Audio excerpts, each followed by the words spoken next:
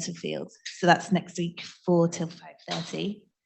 But this week, we've got Kenny. He's in Bali at the moment under some beautiful bamboo building, it looks like. But, so Kenny's originally from Georgia in the USA. He's been living and teaching overseas for the last 23 years in Malaysia, Thailand, Singapore, and Indonesia. He's led thousands of students on education outside the classroom expeditions for culture and immersion, ecology, adventure, and service learning throughout Southeast Asia. He's currently the head of curriculum and learning at Green Camp at the Green School in Bali.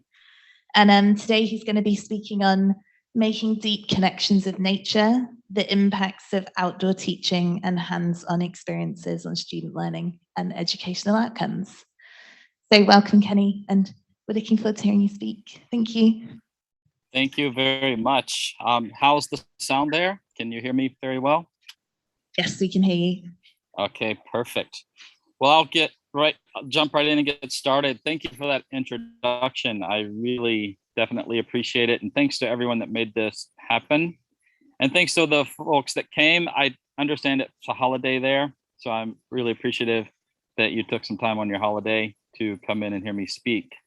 And just to give a quick update, I am actually at the Green Camp at the Green School in Bali right now, which is the reason I'm sitting in a bamboo house. And at some point later, you can check out the Green School and the Green Camp, but we have a sustainable campus that's all bamboo and composting toilets and outdoor experiential education. So thanks for that. I want to jump right in and talk about sort of my experiences and share why I think we're having some issues with kids that aren't connected to nature, and then basically talk about why that's happening and some solutions.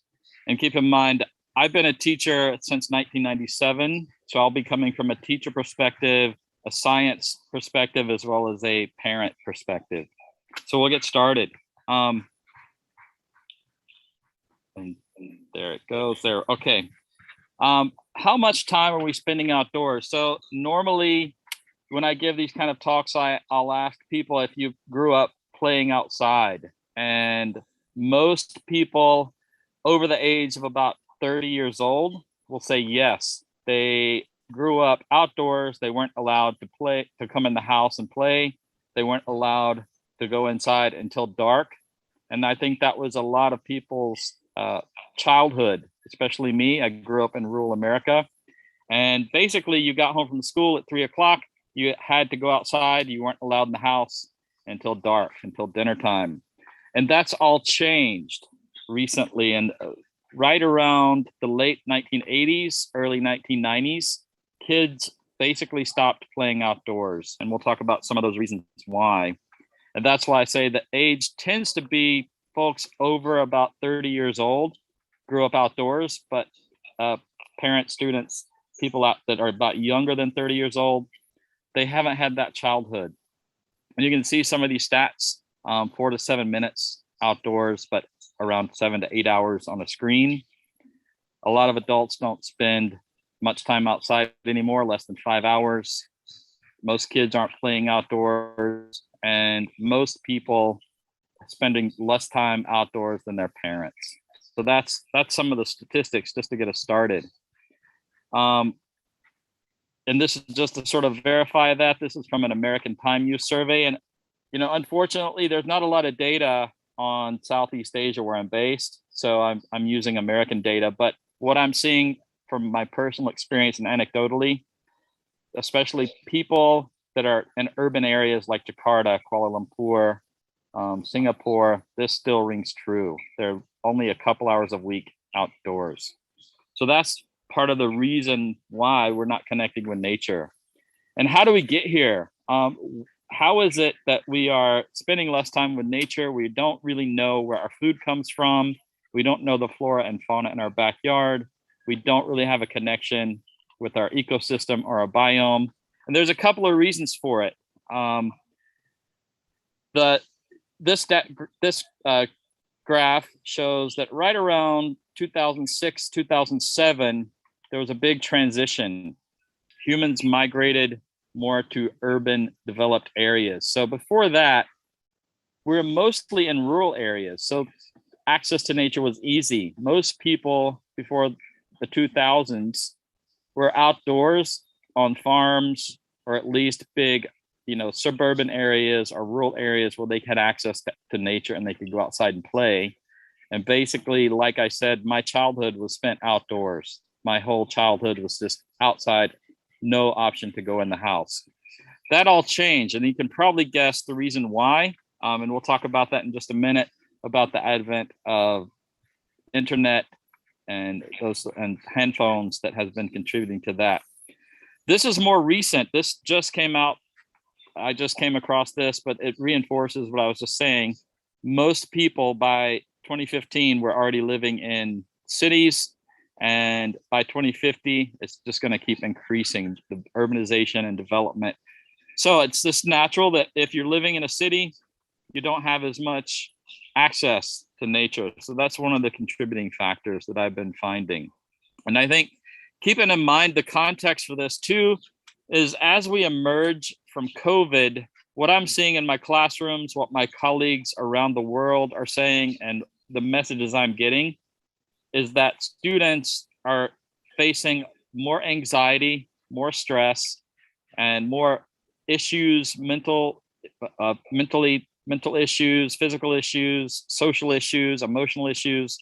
And part of the reason is lack of access to nature. They just don't have time to play outdoors. So I want to keep reminding ourselves that. And when I say kids, it can also be applied to adults. I'm seeing that a lot of adults don't have time to go outside and play. So we're going to talk about some of the benefits of why we need to get out there and just have a good time connecting with nature. So if you look at this graph or this infographic, you can start to see some of the reasons why it's happening. Internet, video games, urbanization, the parental fear. We definitely have seen an increase in that.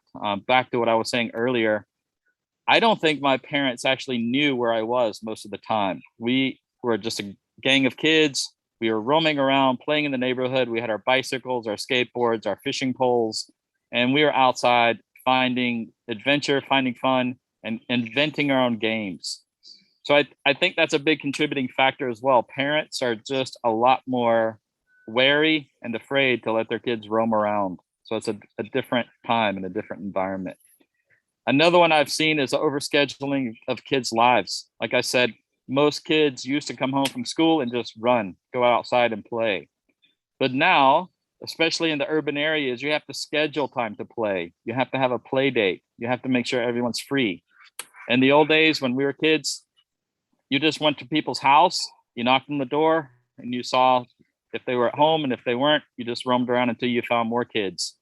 And that was a different time, a different setting, and a different childhood. So I want to keep us to think about that. Like, why is that happening, and how can we mitigate that? What are some things we can do, which we'll talk about at the end.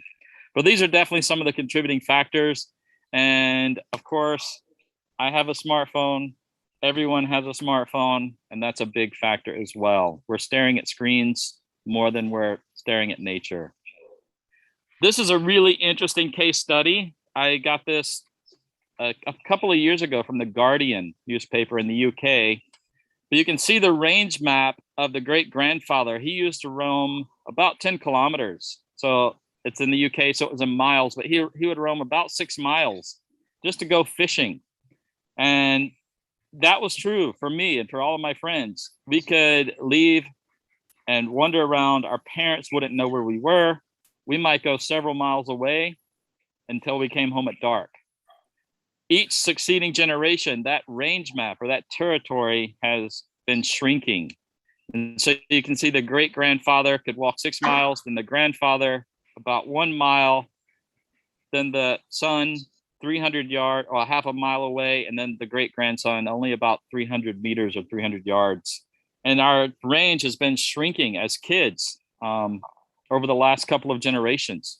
And that's definitely a contributing factor. I think the urbanization, the fear factor, the intrigue and access to smartphones and digital devices has replaced our urge to just roam around and play outside.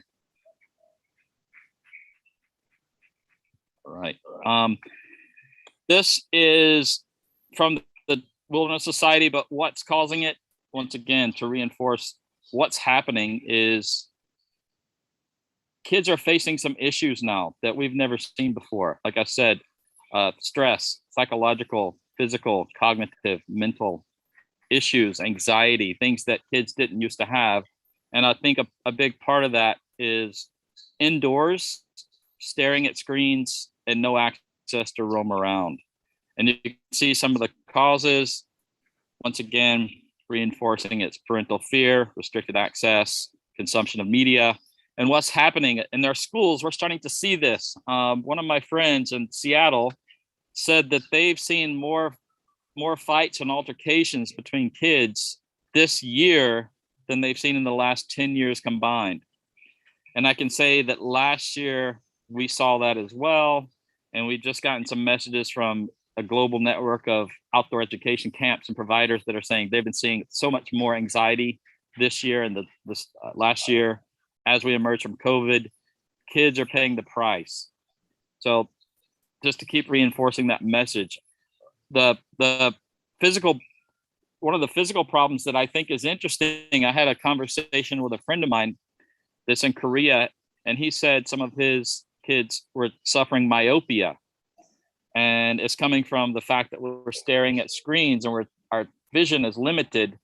And the doctor actually prescribed to go outside, stand on your deck and stare at the horizon. Go outside, connect with nature, look at far away things and places that we naturally would do if we weren't in our urban areas and are locked up in our apartments staring at screens.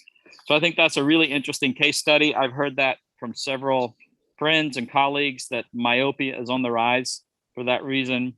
I also had another conversation with a doctor in Singapore that said he's starting to see a lot of kids with back problems and back issues because they never negotiate uneven terrain. They don't know how to walk up and down hills. And if you've been to Singapore, I've been there many times and have worked there, a lot of the surfaces are paved, they're flat, they're concrete, or you get on an escalator and go in a mall. So you're not really walking up and down hills. You're not falling down. You're not negotiating logs and trees. You're not climbing. You're not having that sort of natural childhood that you would have had years ago before increased urbanization. And so Richard Louv is probably one of the most famous authors. He started the movement in the States about the nature deficit disorder. And I want to recommend, if you don't have any other book, I would recommend his book, Last Child in the Woods. I read this many years ago, and it really changed my mind on how to think about teaching and education and why we really need to get kids outdoors. And so it is not a medical term per se, but it is something to take note of. Kids are not getting enough nature time. And unfortunately, I do believe this is true. Kids do see nature on their screens, and they have these games, these fantastic virtual worlds that they live in, and you take them outside and they don't exactly know what to do. I've seen that many times on some of my trips. When kids arrive, they basically come in. We want to have a sharing circle, so we sit on the ground, and the kids are really afraid to sit down, and they have to get permission. They're like, "Can I get dirty?" And of course, I say, "Yes, that's what you're here for." And some of them will tell me my parents get angry at me if I come home dirty, if I get my shorts or jeans or shoes dirty. So they're asking permission to sit on the ground. So I've definitely seen that many, many times over and over again, where kids come in from a city, they've never been actually in a forest or a field. One of the first things I do is say, let's sit down, let's have a circle and talk about ourselves and get to know each other. And they're literally afraid to do it, or they need permission to do it. So I think that's a pretty interesting statement. And just some of the headlines. This is a recent article from August. Kids need outdoors more than ever. Like I said, we're seeing all of these issues that are arising from cognitive, mental, physical, social, emotional, all these issues that are popping up over the last 5 to 10 years, simply because we're not getting outdoors. I think another anecdote that I'll share is when I have a bunch of kids that want to come and they have free time, they don't know what to do. They're so used to having structured and play or an adult giving them instructions that when I say, go have fun, they look at me and they say, we don't know how. Like, I literally have had that happen many times. Kids don't exactly know what to do with free time. They're so used to being told these are the games, these are the rules, these are the boundaries, that when you let them free, they kind of freak out a little bit. They're like, oh, we don't exactly know what to do with that. So now that we know the issues, what are some of the things that we can do? And as you look at this structured play activity, emergence of technology, adults controlling kids' play, so much so that now we actually have terms for it. I think when I was a kid, we were just calling it playing outside, but now they call it unsupervised, unstructured free time. So the fact that we have terminology for it tells me something. It's an interesting message that we have to actually plan to be free. We have to plan to go outside and play. So it used to be a lot different than that. The high concern for safety and risk. So my philosophy as a parent, as a teacher, kids are meant to. They fell off a bicycle and got banged up pretty bad, and I was like, "Good job! Now you've experienced that, and you know what not to do next time. Not to go down the hill on your bicycle so fast." So that's one of the best ways to learn, I do think. Overly academic schools. So I am a big fan of science, rigor, academia, but I'm also a fan of other types of learning, hands-on, experiential, learning through play. And I think there's a place for both. Because I am a science and math teacher, I think it's important for us all to understand how to interpret data. It's important for us all to understand how to read a scientific paper. I really value those skills. But I also think what I'm seeing is if we only focus on that, like how to change the oil in their car, how to change a bicycle tire, how to cook their own food, because they're so focused on academic learning that they forgot the experiential learning side, they've forgotten the life skill side, and they don't have those skills. And it really shows once they go to university. So a lot of the demographic in the schools that I've been in, they grow up with a extreme focus on academia. Everyone wants to have good grades. Everyone wants to pass the test. Everyone wants to do well in math, do well in science, but at the expense of other types of learning, which we now see is very important. And especially during COVID, we've seen the emergence of more homeschooling, more hands-on learning, more experiential learning taking place outside of school, simply because schools were shut down. But the issue with that was a lot of it was done in isolation. And so now we're starting to see the social issues and the emotional issues that COVID introduced when we were learning online, learning in isolation. So mixing all these different types of learning together. And then, of course, so many parents think that playing is not valuable. My master's degree I did at Montana State University, and I had one basic question, and it was, how do I get kids to care about the environment? And I essentially, any student in my school, I could ask, do you care about nature? Do you think environment's important? And 100% would say yes. But then when I looked at their actions, less than 5% were actually doing something.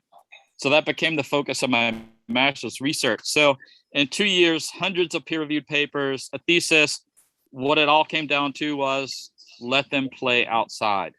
And the reason for that is connections with nature and caring for nature are not exactly academic or cognitive. It comes from the affective realm. It comes from an emotional attachment first. So you love this creek, or you love the stream, or you love the river, you love the forest, you love insects, you love snakes. you have a strong emotional attachment to those things, then you want to go and learn and study it formally or make an academic endeavor out of it. So that in a nutshell is what I came away with: the importance of free play, the importance of letting kids roam outside and play in nature can't be understated. We really have to value that more than we do now. And okay, so what can adults do? The simple answer is get out of the way. Kids will naturally be curious. They'll want to roam outside. They'll want to play. And I want to remind everyone, I'm talking about us too. When I say kids, I mean all people, adults, humans, teenagers, 20-year-olds, 30-year-olds, all of us will be curious if we're allowed to. If we have a place and a space and we can roam around. I've seen it so many times on my expeditions and in my classroom. I don't even have to raise the question. The kids or the students will get outside and they'll find something cool. They'll bring it to me and say, what is this? And that's the best lesson in the world, those teachable moments when they're naturally curious, they want to know something, and they bring it up. And of course, in our teacher jargon, we call that student-centered education. But in real life, it's just called kids being kids going out and finding something cool that they're interested in and wanting to learn more. So I think in my 25 years of learning and teaching, what I've learned is you don't really see a textbook diagram of a food web or a biome or an ecosystem and say, that's cool, I want to go outside and learn about it. It's the reverse. You go outside, you experience it, you see it, and then later you develop a curiosity and you say, I want to learn more about that. I want to study it. So I think having that hands-on experience first is crucial, and it's a key part.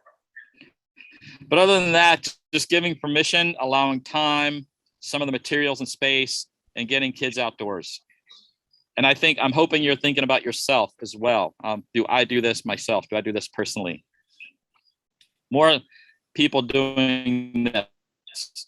This is one of my favorite activities in the world. I grew up and I actually was playing in creeks, rivers, and streams my whole life, flipping under rocks, looking for tadpoles and minnows and macroinvertebrates. And lo and behold, went off to university and I studied stream ecology.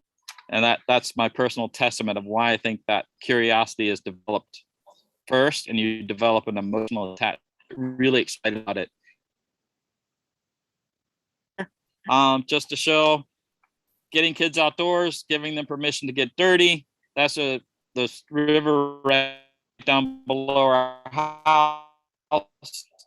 And I just let her run around and play.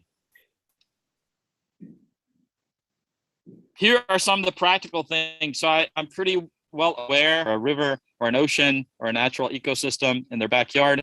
So these are some of the things that you can just do. And these are the things that I'm currently sharing on my website that are my Facebook. I'll share with everyone later.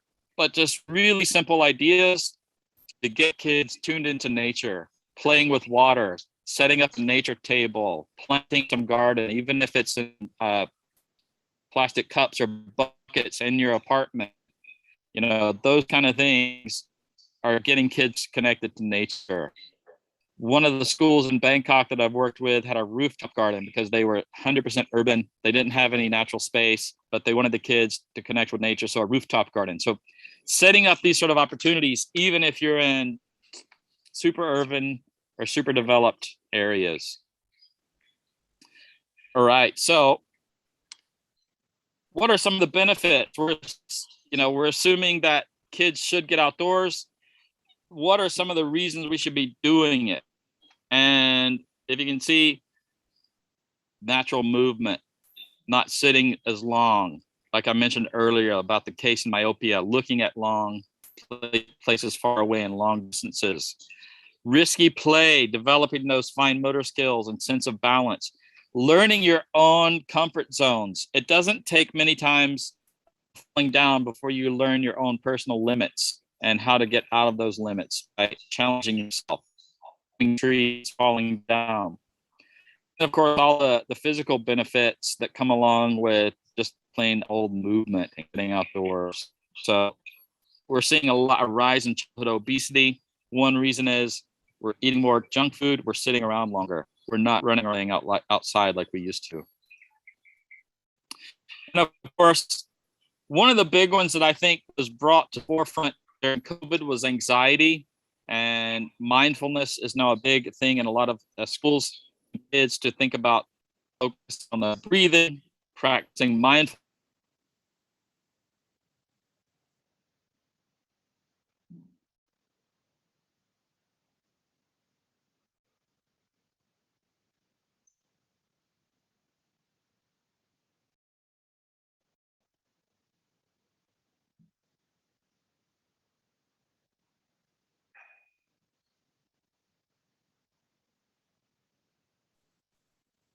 Did we just lose connection there? Yes. Can you put in back your Okay. screen? Yes, I will do that. Okay, how is that? Yep. Okay. And I do believe we were here. We were there just talking about how it impacts mood, reduces blood pressure, all these health benefits, the mental benefits, the stress and anxiety, the social benefits of playing with other kids and connecting with nature. So once again, one of the reasons schools want to know, because a lot of parents don't value free play. Like I said earlier, it actually it boosts or improves academic performance. So there's a lot of reasons to get kids outdoors, increase engagement, enthusiasm, and learning, increases their attention and improves their behavior. So it's basically, if we can get outside, it seems like it's a cure-all, a panacea. And in some ways, I think it's true. It definitely doesn't hurt. And I think my philosophy is, if it doesn't cost anything, just some time, and you can run around and play, it's not hurting anything, why not try it?